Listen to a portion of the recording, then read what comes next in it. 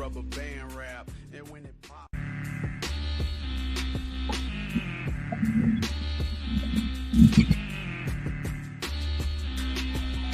I think we are live. If we have connection, my internet looks weak. Got it running off my hotspot on my phone. Not sure that's working or not. Can you hear me out there, Rip?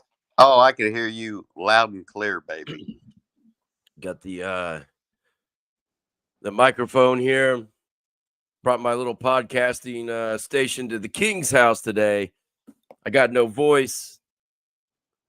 Little under the weather. Big game of basketball yesterday for Thanksgiving. I was the champion, and I can't really talk. So you got to carry this thing today, Rip. Are you going to sit up and join us today, Rip? You're just going to lay down all day? I'm just going to lay down. Oh, wonderful. Yeah, well, you know, you got the sock cap on, looking good. I'm used to seeing a wrestling ring in back of you, and we got some closet doors, you know. What? Yeah. I mean, yeah. Getting interrupted already here at the King's house. Well, it's chilly there. Yeah, Chili's here. Yeah.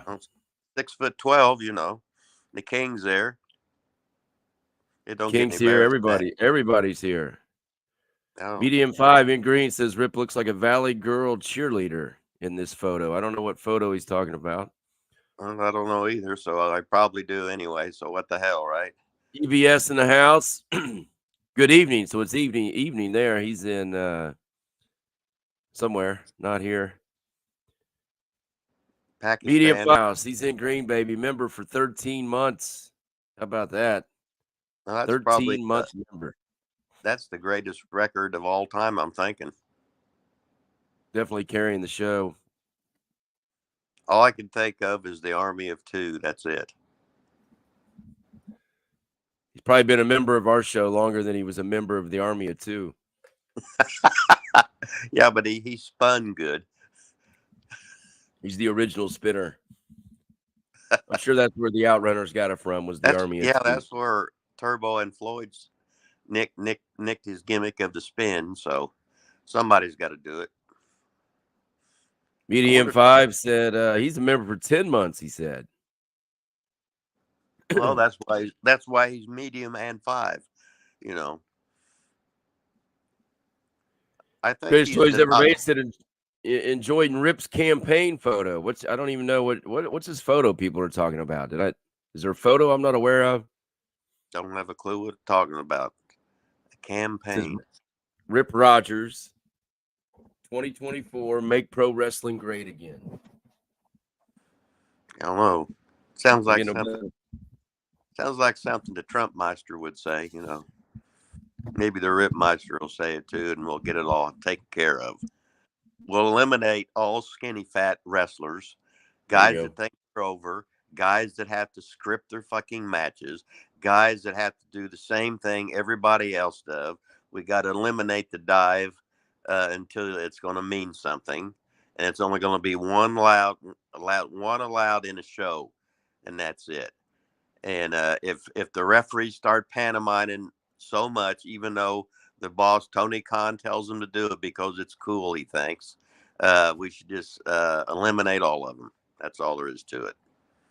Don't do what the boss said in that case. Just lose that cush job of working a day or two a week.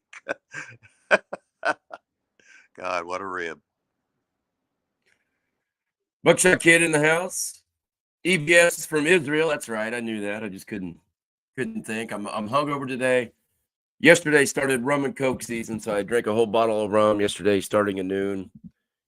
A lot of beers after that. Went to bed about 2 a.m. Played some hearts last night at the Kings. So it's been quite the run here. Tomorrow night, I'm going to the Kiss concert. There's only 6 shows left. Kiss has been playing for 50 years. I'm 50 years old. And they did their final 50 shows. And I got tickets. The wife got me tickets to go see him tomorrow night, baby. Where's it at? Gamebridge or whatever it's called. The Pacers, where the Pacers play. They don't play at the fairgrounds no more. I would say no. Or Market Square. No. Oh. Bobby Lopez says Rip looks creepy as fuck right now. Well, Bobby, send us a picture of you, and we can totally dissect your fucking what you're looking like. Okay, Well, in Bob. all fairness, Bobby's not doing a live YouTube show right now. I mean, Oh, okay. Well, I guess he can just say all he wants to. He can be the Tony Khan of the kayfabe internet where we can't see him. So I'll just imagine him looking like Tony with the black afro with the eyes bugged out and the glasses and going through effeminate mannerisms, and then being on the show, the focal point of his show every minute, so he's the star. Opinion Haver, have a question. Speaking of the Outrunners, I left OVW in late 2008. Was Truth Magnum there by then, or did I miss him? Shiloh, I believe, was definitely there by 2008. Shiloh was been in the wrestling business 17 years, I think it is. Right, but did he? I mean, when did he get to OVW? Is more the question. I don't know, because he'd be. Yeah, I don't know. It might have been right on that, right at the borderline there, because he started with midgets, and then midgets sent him over to me in OVW. So I don't know how long he was with midget. I think Opinion Avery had to have been there. He was there. God, I want to say during Derby City. So if you were there Derby City days. He was there because Shiloh came out with me and APOC. Me and APOC were did his dirty work. I remember. So I'm sure Shiloh was there. Had to be. All right, let's get some questions going in the chat. We need to get this wrestling show on the road. We need some wrestling questions. Somebody ask Rip Rogers Live a question as he's doing his best Mandy the Weasel Valverde impersonation, interviewing in bed. Well, Matty would be naked though. Yeah, true, and then he would be rotating his head so we could see if the hot dogs was still on his the back of his neck or not. Oh, you've also. Was there anyone in OVW you thought would be a star but ended up being a dud, or I guess not a star? Oh, you probably could have took anybody there and made him a star with somebody. All somebody's got to do is like you. If somebody likes you, you're in. That's not what the question is. Question is, did you ever have anybody down there that you thought, man, this guy's got it. He's gonna go on to do great things in WWE, but then didn't? Probably anybody I coached for a couple of years. They were all considered that way. They were all overachievers. They were all better than most of the guys that were stars because they concentrated on basics. When you get to be a star, some of them made it though. So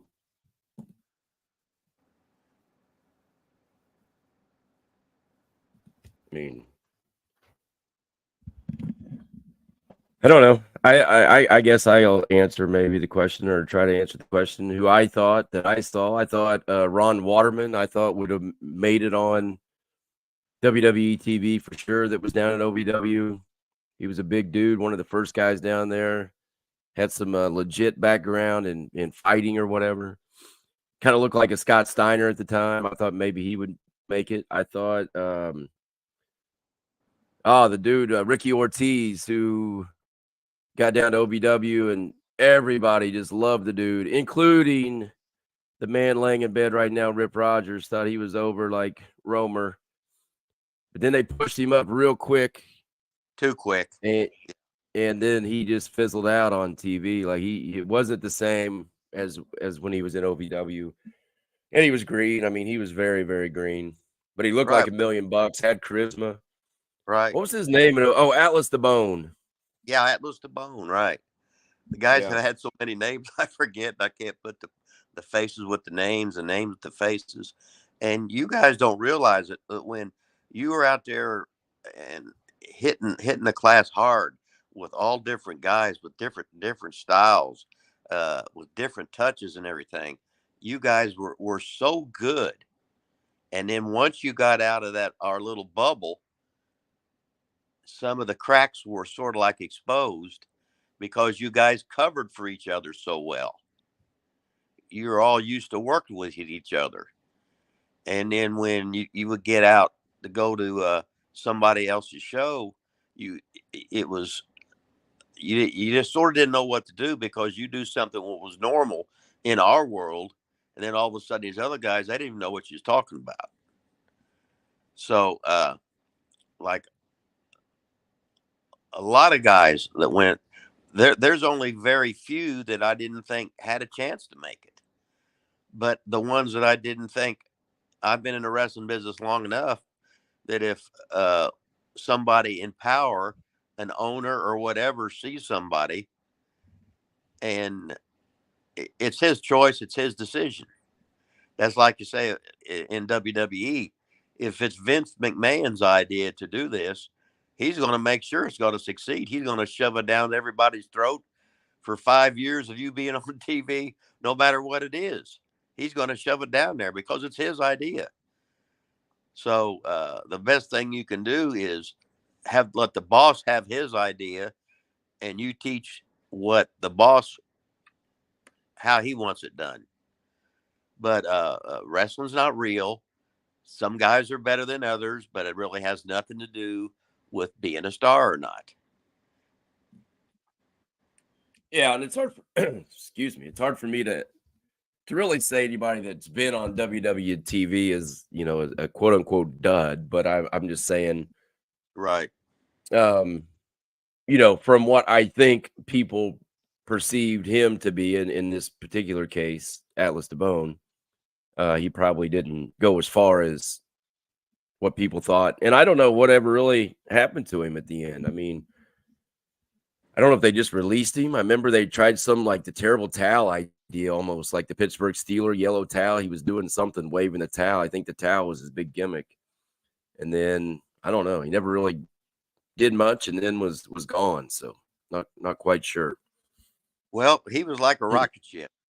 He come in, looked great, had charisma, had everything going for him except experience. Then once he got pulled up there, then him not having the experience, a trained eye could see that he had lost a little bit of confidence because now he was with God. Before he was one eye as king in the back. He was just a tremendous athlete, a tremendous look. He was jacked. You're going, holy shit, this is what a pro wrestling should be. And he was down with guys that were learning, guys that hadn't physically matured like him. And then all of a sudden he got up in the big leagues, and a lot of guys have physically matured. A lot of guys have had so many more matches, etc., have been in all the situations you're going to have. You have to have so many thousands and thousands of reps because you got to fail at every step of wrestling. You got to fail at it. So then when you fail, you find different ways to come out of it with different kinds of opponents, with different kind of styles, with different kind of strategies, with different kind of opponents. You learn all this stuff from failure. When guys are coaches, they're not 20-year-old coaches. They're fucking 50-year-old coaches because they've failed at all these things. They've been in the ring how many thousands and thousands of times. They've seen what happens. Well, when the boards go out, do this. When the ring breaks down, do this. Oh, only 3 people showed up. Don't worry, we'll do this. We don't have a referee. We'll figure out what to do. There's all these things that the old guys, they've already experienced all of it.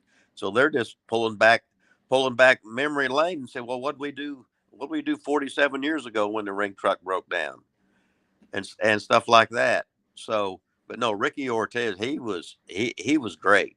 Atlas Debone, he was like charisma. He was like the total package, and he got shoved up in there so fast, and then he lost a little bit of steam, and then you could see that he was sort of average. He was a pro football player before. Right. He Mm-hmm. played, I think, in the arena league, I believe. Yeah, that's what he was talking about. Pinion Haver said Atlas being ridiculous got him a job and cost him a job, but he was a good guy, and the locker room ate him alive, which I could see that up there too. He was pretty. He was a good guy, I thought. Like, so if people turned on him up there, I'm sure that maybe he didn't quite know how to handle that. No, you wouldn't know how to handle it.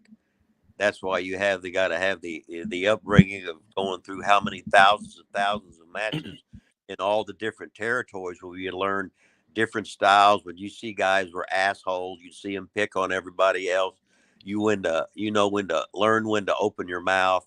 You sort of learn when they were trying to set you up for failure, and it's a long, long process, and it's sort of an evil process. So, but that's why guys in the old days, the guys that made it were really, really good, and they were all sizes and shapes because they weren't 6'4". They all weren't 230 pounds of muscle, and they learned survival skills. Pro wrestling is a mental game. Yeah, that would be one thing I would say, probably, in my opinion, that OVW didn't really teach you or prepare you for would be the locker room, because I feel like everybody in OVW for the most part got along. Like, I don't feel like it was backstabbing back there or cutthroat back there. I feel like everybody was a little family and got along pretty well for the most part. So then go into WWE when you don't know all the guys like you do at OVW, and they are more cutthroat and evil, if you will. I just don't think that OVW probably prepared people for that. What do you think about that, Rip? Oh, that'd be it exactly. Uh, we sort of, in my mind, we had guys who, and had the attitudes of the way you were supposed to be. But the guys in the big time, shit, somebody would be uh, Shawn Michaels. This is when he was not. This is when he was not the good guy. He was the bad guy. Was Triple H was all into his ego, walking around with his lats out, showing off his long hair, so he'd be screwing with anybody that he thought would be a threat to him, because you learn how to stick around. Wrestling's a hard business, very hard. It's just like you being a first round draft pick in the NBA. Everybody's going to pick on you because you're scared. They're scared you're gonna take their goddamn job. And there used to be many places to work, and now there's not. And there's hardly not any. You got WWE, you got TNA, whatever they do, and then you got AEW, and uh, guys that go to Japan, they don't really want to go there. It's a foot in the door, and they work your ass off, and you're away from home and everything, and it ain't no picnic. Wrestling is a very, very tough business to get in, to stay in, because there's somebody always after your job, and that's all there is to it. So you got to develop some uh, pretty good skills, but still sometimes, hey, the guys in the cliques can all band together, tell lies about you. Oh, especially the girls.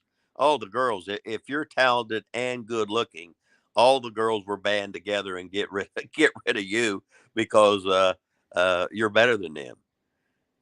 Everybody wants to be on top, even though they've seen your act. You've been there for how many years? It's the same old shit.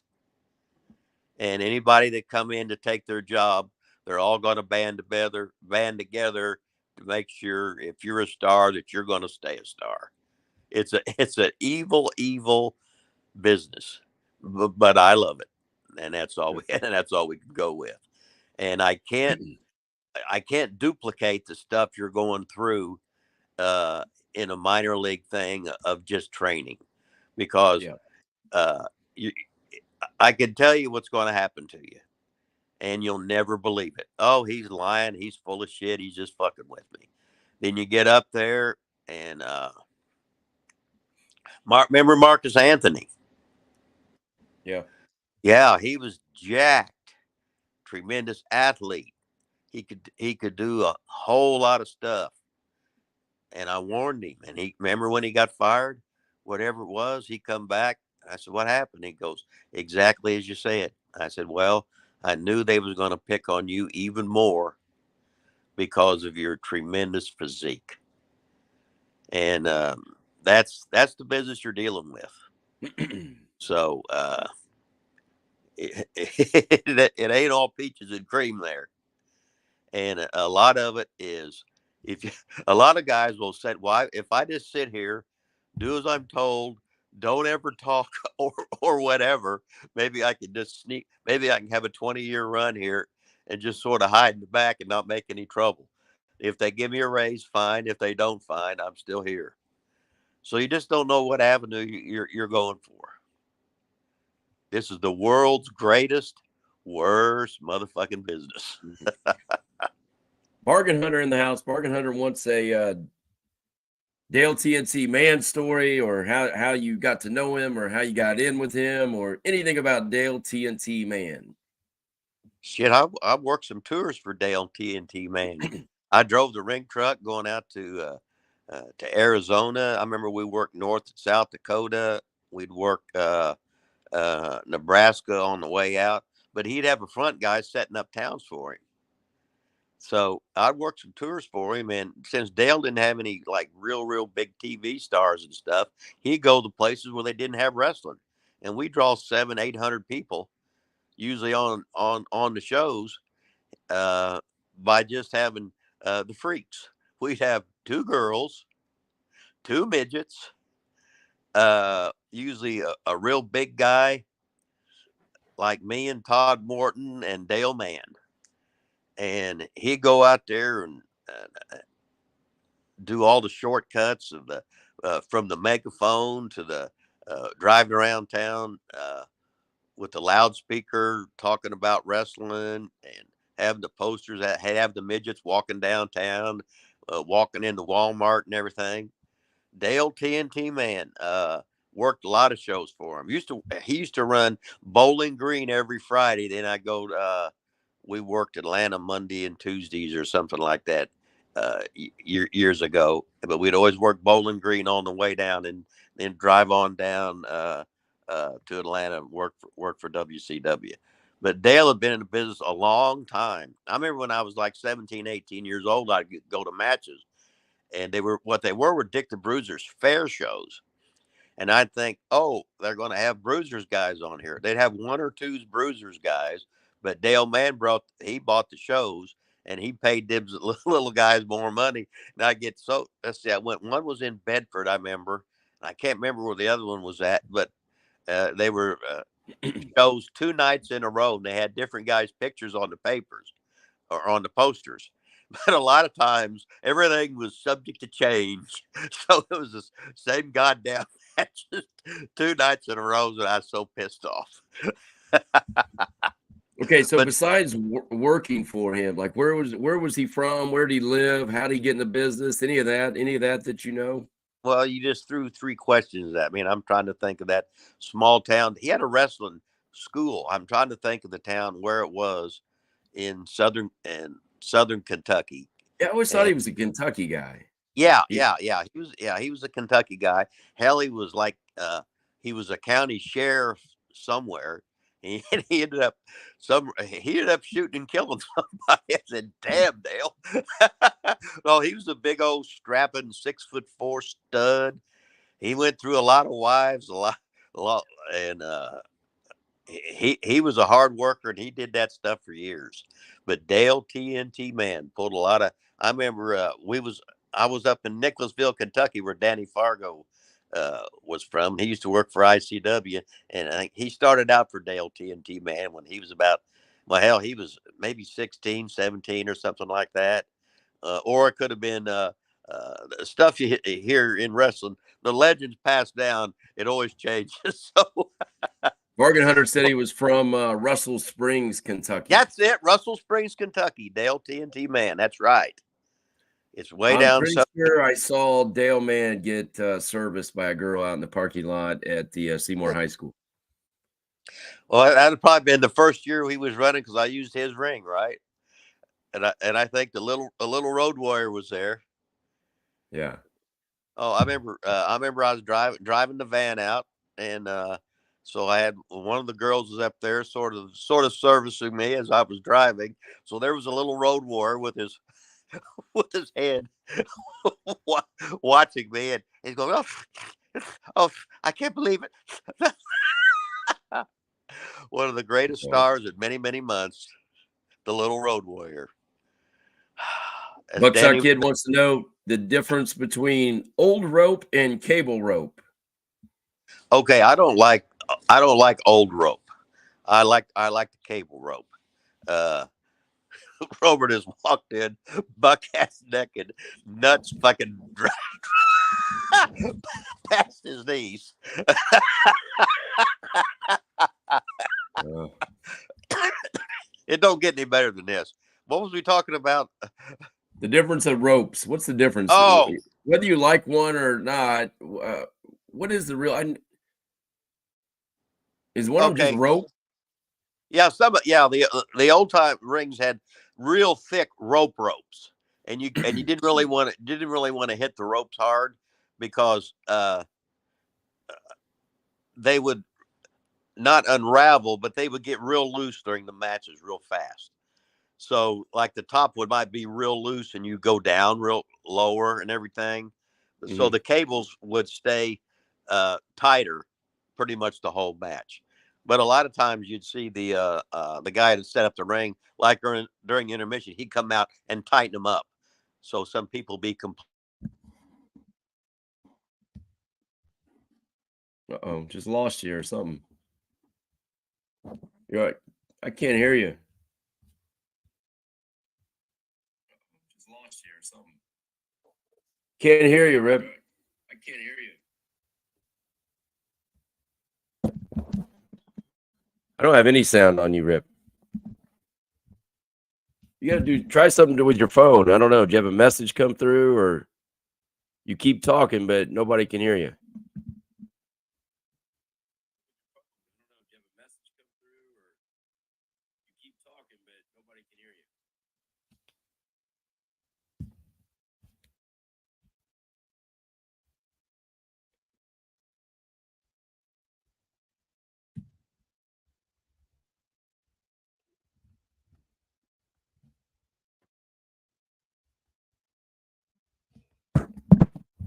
Can't hear you, Rip.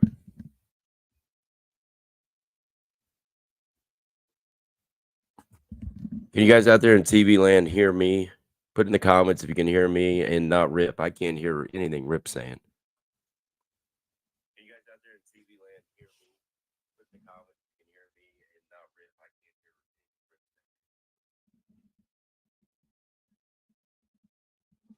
Rip saying. I don't know. You just keep talking, Rip, but I don't know what you're talking about, man. You look like you're talking 100 miles a minute, but can't hear anything you're saying.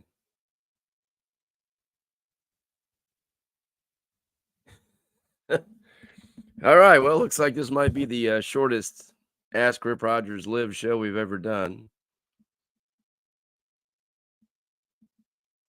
It's worth a shot. Can you grab your phone, Rip? Like, can you try to make an adjustment? Turn it on, off, something? Turn your volume up, or are you holding your phone?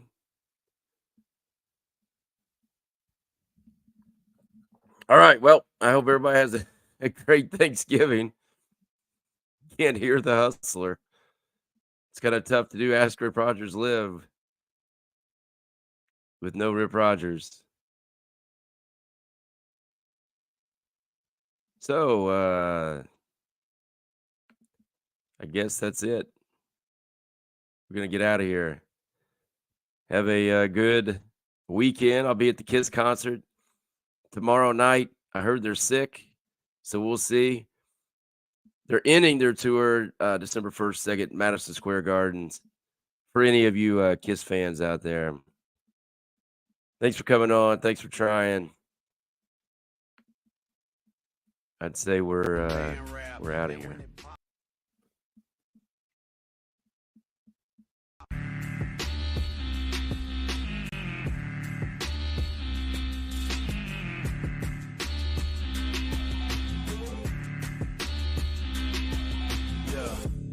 Big gold and a billfold, so swole that I can't get the shit closed. So I money fold and rubber